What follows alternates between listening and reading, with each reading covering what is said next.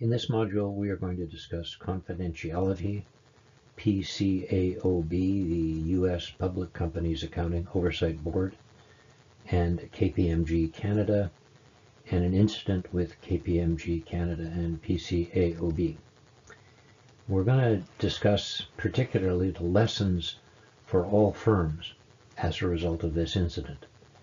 And as always, we want to be efficient and effective, follow professional standards, and document what we have done properly. Now, KPMG Canada, or as they're legally called KPMG LLP, was recently fined on March the 11th, 2025, $700,000 US, and there were other sanctions imposed. And they were fined by PCAOB. And I quote, it was for KPMG Canada's repeated violations of PCAOB rules and standards.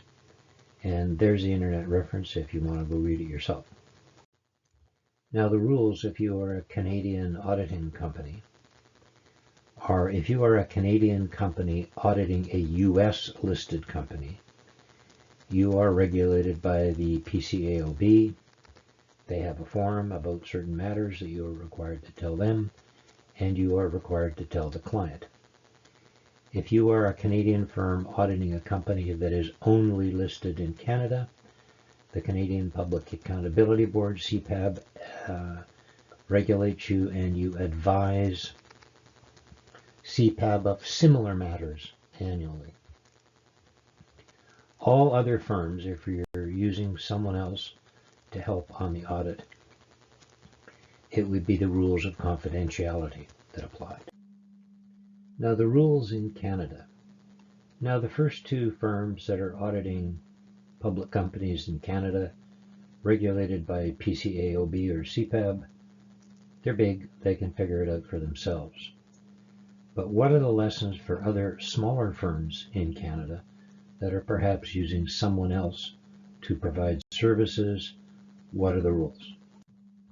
Now I think the rules that apply in the circumstance where you're using somebody other than your own firm to do part of the service are confidentiality. And I will quote a paragraph from CPA Manitoba's Code of Professional Conduct on confidentiality that basically says two things. You are to protect confidential information, and you are not to disclose confidential information without proper and specific authority. So to recap, you protect confidential information, and you only share confidential information with proper and specific authority. And I think the word specific is important because it means you have to have very particular specific authority, probably in writing, from the client to share confidential client information. Now, what did PCAOB complain about? And there were four things, and they're in paragraph 28. I've numbered them. They were bullet pointed in the original report, but I've numbered them. So number one was the firm's use and reporting of component auditors. Second, use of shared service centers, SSCs. The firm's use of borrowed personnel or personnel borrowed from other accounting firms, and the firm's use of KPMG US through KPMG US's professional practice personnel. So let's go through each of these and try to understand exactly what was going on. We'll go through them one at a time.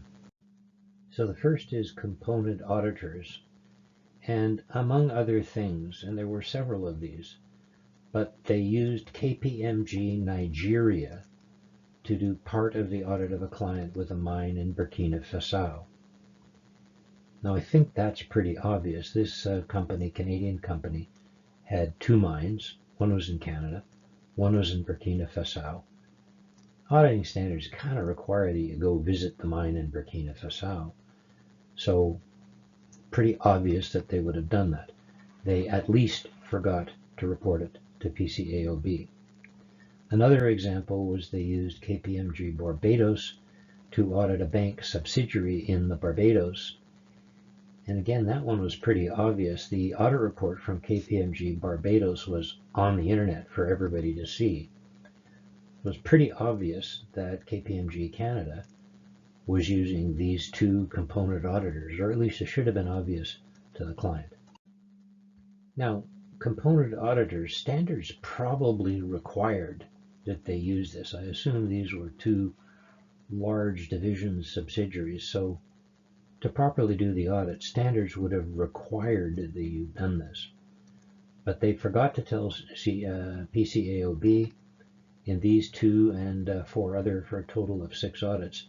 Now, presumably the client knew, and was information shared without authority?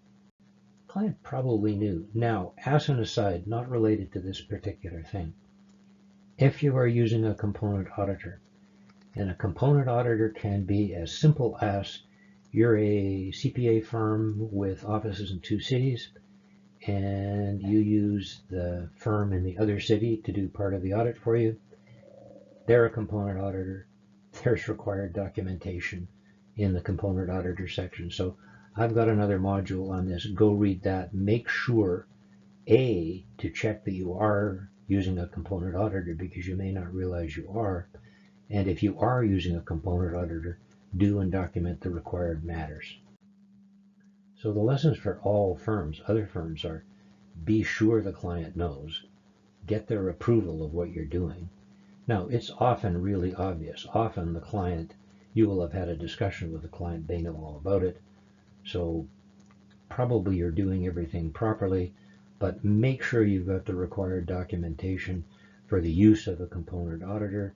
And you probably want to make sure that you've got in writing from the client their approval that you're using another part of your firm. Now, the second point about using shared services center, and that's a KPMG Canada term. We'll see it defined in a second. So I'm quoting this exactly in paragraph 37. They say, in connection with 20 audits, KPMG Canada utilized work performed by an SCC, the GDC, which was located in India. And if we read paragraph 16, KPMG Global Delivery Center Private Limited, GDC, is a shared service center located in Bengaluru, India, that utilized personnel from BSR & Co. and KPMG India. And footnote 2 says, and this starts to explain it, I think, KPMG Canada used the term shared service center to describe an entity that centralizes the performance of procedures requested to support an engagement. And that's also in paragraph 38, back up at the top. In connection with these 20 audits, the GDC in turn utilized either KPMG India or BSR & Co. personnel to perform certain audit procedures as part of the audits. So it appears that the shared service centers, in particular this one in India, was performing certain audit procedures as part of the audits, and I would assume then had access to confidential client information from Canada. And if we down at the bottom, BSR & Co. LLP, that they refer to as BSR & Co., is a public accounting firm headquartered in Mumbai, India.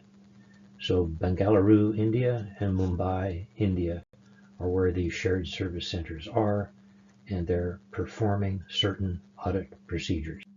So shared service centers were performing certain audit procedures.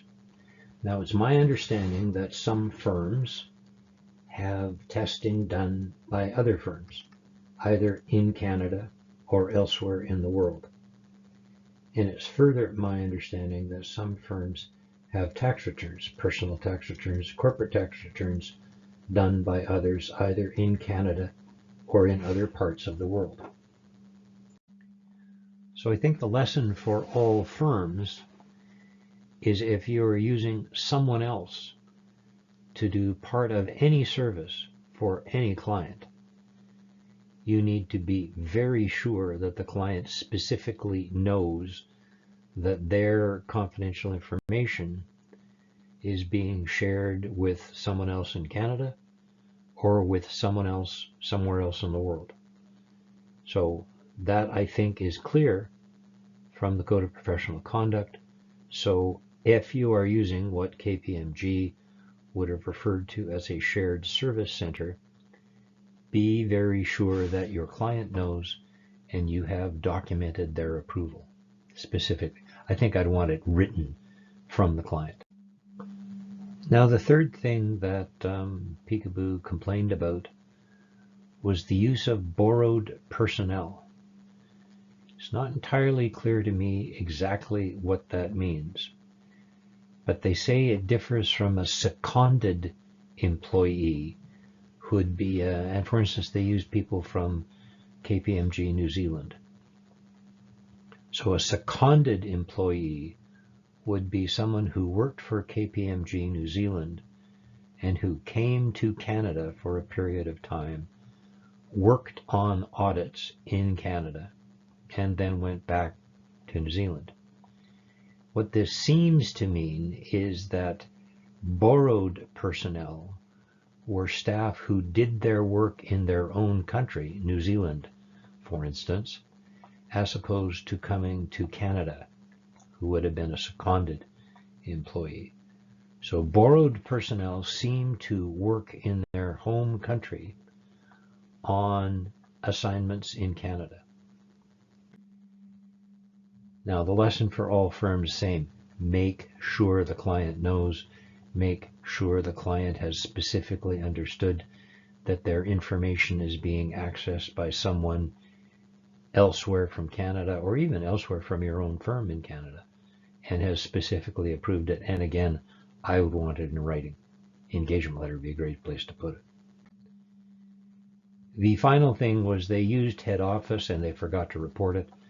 They consulted on a consolidation matter. That's just, they were careless. They forgot to report something like that. And the same lesson for all firms. If you're consulting, for instance, you're a small firm and you're not quite sure, so perhaps all you even do is consult with your local provincial CPA group. I think you probably have to tell the client that in order to figure out this complicated accounting issue, I talked to someone else, and just let you know.